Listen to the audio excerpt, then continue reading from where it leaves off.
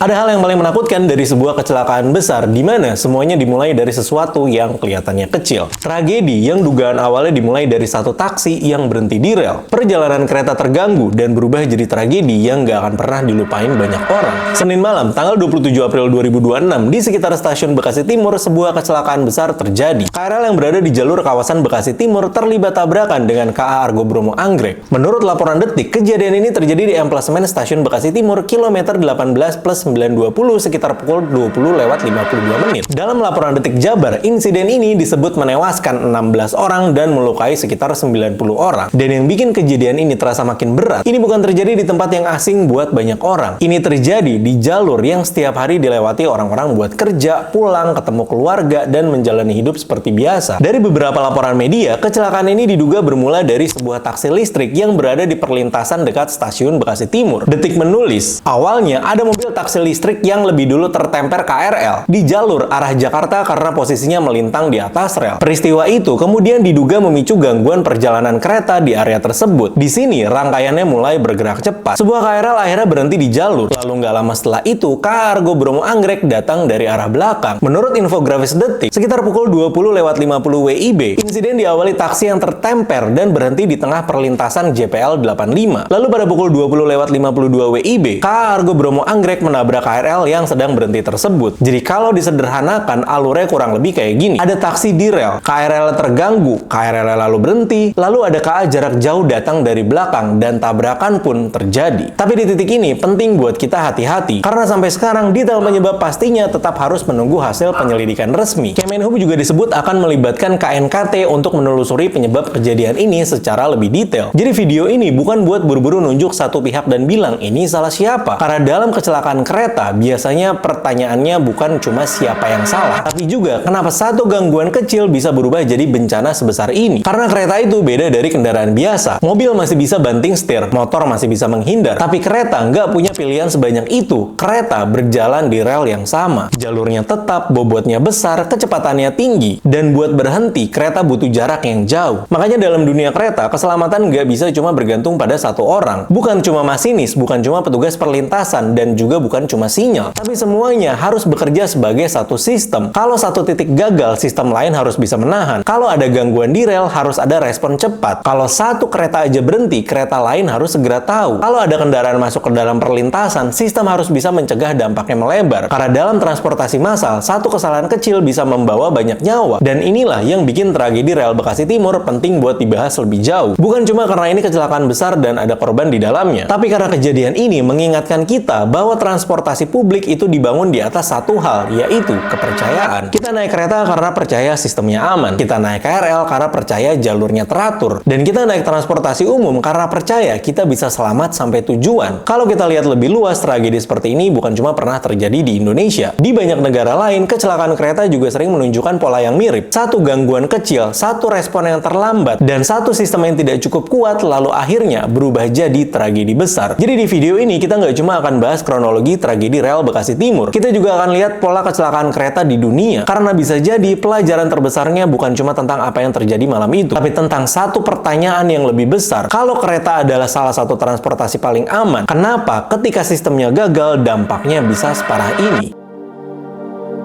Kalau kita ngomongin kereta, banyak orang yang bilang kereta itu aman. Kenapa? Karena kereta jalurnya jelas, jadwalnya teratur, sistemnya kelihatan rapi dibanding jalan raya. Dan memang, buat orang, kereta jadi pilihan karena terasa lebih pasti. Nggak perlu mikir macet, nggak perlu nyetir sendiri, tinggal naik, terus sampai tujuan dengan selamat. Tapi tragedi di Bekasi Timur ngingetin kita satu hal. Seaman apapun sebuah sistem, dia tetap bisa gagal kalau satu titik kecil di dalamnya terganggu. Di jalan raya, kalau ada mobil berhenti mendadak, kendaraan lain masih punya ruang buat menghindar. Bisa banting setir atau pindah jalur, tapi kereta nggak punya pilihan sebanyak itu. Begitu ada gangguan di rel, semuanya bergantung pada seberapa cepat sistem membaca bahaya, seberapa cepat informasi sampai ke kereta lain, dan juga seberapa cepat prosedur keselamatannya bekerja. Di kasus Bekasi Timur, laporan dari Detik News menyebutkan kecelakaan terjadi setelah ada insiden awal berupa taksi hijau di JPL 85 yang diduga membuat sistem perkereta-apian di area emplasmen stasiun Bekasi Timur ini terganggu. KAI menyebut penyebab pasti tetap harus menunggu investigasi investigasi, dan Kementerian Perhubungan memberi ruang kepada KNKT untuk menyelidiki secara objektif penyebab kecelakaan ini. Jadi di sini kita harus hati-hati. Jangan buru-buru menyederhanakan tragedi ini jadi cuma gara-gara satu taksi. Karena dalam kecelakaan besar biasanya yang terjadi bukan cuma satu penyebab tunggal, tapi ada banyak rangkaian penyebabnya. Dari mulai gangguan awal, respon sistem, jarak kereta, komunikasi, sinyal, sampai keputusan krusial yang harus diambil dalam hitungan detik. Dan kalau salah satu dari bagian itu tidak bekerja tepat waktu, dampaknya bisa melebar. Makanya kecelakaan kereta sering terasa menakutkan. Bukan cuma karena tabrakannya besar, tapi karena penumpang hampir nggak punya kendali apa-apa. Semua diberikan kepercayaan penuh sama masinis, sinyal yang bekerja, petugas, dan juga sistem yang bisa mencegah ketika ada masalah. Tapi ketika sistem itu gagal menahan efek domino, yang terjadi bukan lagi gangguan perjalanan. Yang terjadi adalah tragedi kecelakaan yang nggak bisa kita kontrol. Dan bayangkan, sebenarnya pola seperti ini bukan cuma terjadi di Indonesia. Di banyak negara, kecelakaan kereta besar sering punya wajah yang mirip. Awalnya terlihat seperti satu kesalahan, tapi setelah diselidiki, ternyata banyak lapisan yang ikut gagal. Mulai dari sinyal yang nggak kebaca, prosedur yang nggak cukup kuat, komunikasi yang telat, infrastruktur yang bermasalah, sampai human error. Makanya setelah Bekasi Timur, kita perlu melihat lebih jauh tentang bagaimana sebuah sistem besar bisa runtuh dari satu titik kecil. Dan ini bukan cerita baru. Dunia udah berkali-kali diingatkan oleh tragedi kereta. Dari Inggris, India, sampai Argentina, kecelakaan kereta sering menunjukkan pola yang sama. Ketika tanda bahaya datang, sistem harus bisa menghentikannya sebelum terlambat. Masalahnya, dalam banyak tragedi, sistem baru benar-benar berubah setelah korban jatuh. Dan itu yang paling miris. Jadi setelah ini, kita akan lihat beberapa kecelakaan kereta besar di dunia. Tujuannya bukan cuma buat bandingin mana yang lebih parah atau menjadikan tragedi sebagai bahan tontonan, tapi buat memahami satu pola yang sama.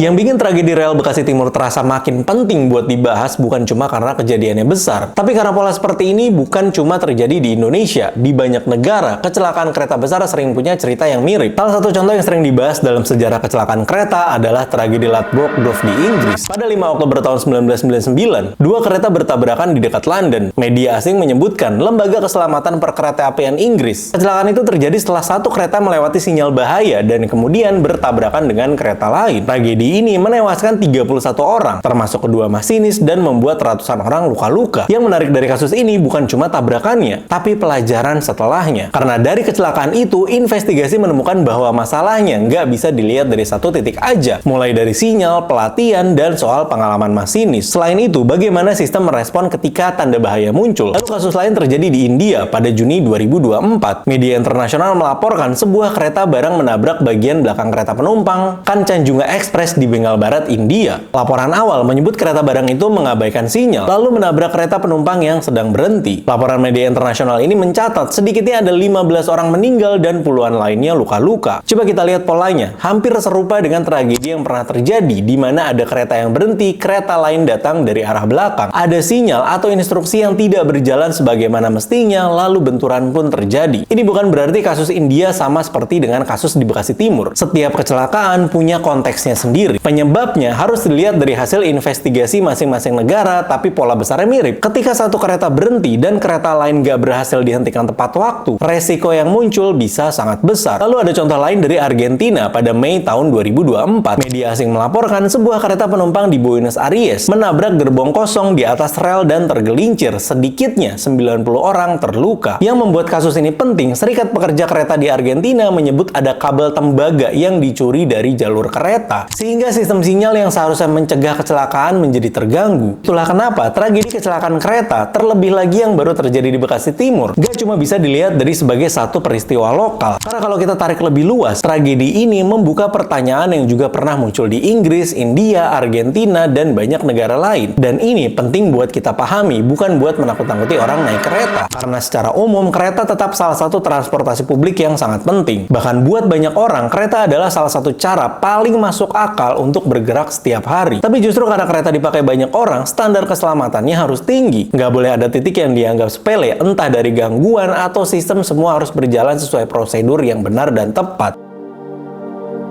Pada akhirnya, setiap tragedi kereta selalu meninggalkan pertanyaan yang sama, yaitu apa yang bisa diperbaiki setelah semuanya terjadi. Karena yang paling menyakitkan dari kecelakaan besar bukan cuma tabrakannya, bukan cuma jumlah korbannya, tapi kenyataan bahwa seringkali sistem baru benar-benar dilihat setelah ada nyawa yang hilang. Di banyak negara, kecelakaan kereta besar akhirnya jadi titik balik. Setelah tragedi di Ladbroke Grove, Inggris tahun 1999, pembahasan keselamatan kereta di sana jadi jauh lebih serius. Kasus itu bukan cuma dilihat sebagai kecelakaan antar dua kereta, tapi sebagai peringatan besar tentang sinyal, pelatihan, prosedur, dan sistem perlindungan yang harus bekerja lebih cepat sebelum bahaya berubah jadi tabrakan. Dan ini yang penting, tragedi seperti itu akhirnya memaksa banyak pihak melihat bahwa keselamatan nggak boleh hanya bergantung pada satu orang atau satu lapisan sistem aja. Hal yang sama juga bisa kita pelajari dari kasus-kasus lain. Di India, kecelakaan Kanchenjunga Express memperlihatkan resiko besar ketika satu kereta berhenti dan kereta lain dari belakang tidak berhasil dihentikan tepat waktu. Di Argentina, kecelakaan di Buenos Aires menunjukkan bahwa masalah kecil seperti gangguan kabel sinyal pun bisa berdampak besar pada keselamatan penumpang. Dari sini kita bisa lihat satu pola yang sama, yaitu kecelakaan kereta jarang berdiri sendiri. Dia sering lahir dari rangkaian gangguan kecil yang gagal ditahan sejak awal. Dan di Bekasi Timur, pelajaran itu terasa sangat dekat, karena ini bukan tragedi yang terjadi jauh di negara lain. Ini terjadi di negara kita, di mana setiap hari dipakai banyak orang. Makanya, pembahasan soal kecelakaan ini nggak boleh berhenti hanya di kronologi. Nggak cukup hanya tahu bahwa ada taksi direl, KRL keganggu, terus kereta api Argo Bromo anggrek datang dari belakang. Yang lebih penting adalah mencari tahu kenapa efek domino ini bisa terjadi, dan gimana caranya supaya kejadian seperti ini tidak terulang. Karena keselamatan transportasi publik bukan cuma soal aturan di atas kertas, palang pintu, atau cuma soal sinyal. Bukan juga soal masinis atau petugas lapangan. Keselamatan adalah ketika semua itu bekerja sama, bahkan ketika ada sesuatu yang tidak normal. Justru di saat ada gangguan, sistem harus bisa membuktikan bahwa dia kuat. Kalau ada kendaraan berhenti di rel, sistemnya pun harus bisa merespon. Kalau satu kereta berhenti, kereta lain tuh harus segera tahu. Kalau ada bahaya di depan, semua pihak harus punya waktu yang cukup buat mencegah dampaknya melebar. Karena penumpang nggak punya kendali atas semua itu. Yang mereka tahu cuma sebagai pengguna transportasi umum dan memberikan kepercayaan penuh. Percaya bahwa sistemnya aman, percaya kalau perjalanan mereka dijaga, percaya bahwa setelah naik mereka akan sampai tujuan. Dari kecelakaan baik di dunia maupun di dalam negeri, kita juga harus belajar satu hal. Yang paling penting bukan cuma mencari siapa yang salah, tapi memastikan sistemnya yang tidak membiarkan kesalahan yang sama terjadi lagi. Karena dalam transportasi massal, manusia bisa salah, kendaraan bisa mogok, sinyal bisa keganggu, kondisi lapangan juga bisa berubah-ubah. Tapi sistem keselamatan yang kuat harus dibuat untuk menahan semua kemungkinan itu sebelum berubah jadi bencana. Kereta adalah harapan untuk sampai tepat waktu dan bisa pulang dengan aman untuk kembali ke rumah. Dan karena itu, setiap perjalanan harus dijaga dengan serius. Karena di balik setiap penumpang ada keluarga yang menunggu di rumah. Terakhir, kita kirim doa buat para korban yang meninggal dunia, semoga diterima di sisi Allah Subhanahu wa Ta'ala. Keluarga yang ditinggalkan diberikan ketabahan, dan untuk korban yang selamat dan masih dalam perawatan, agar cepat pulih dan bisa beraktivitas normal kembali. Amin.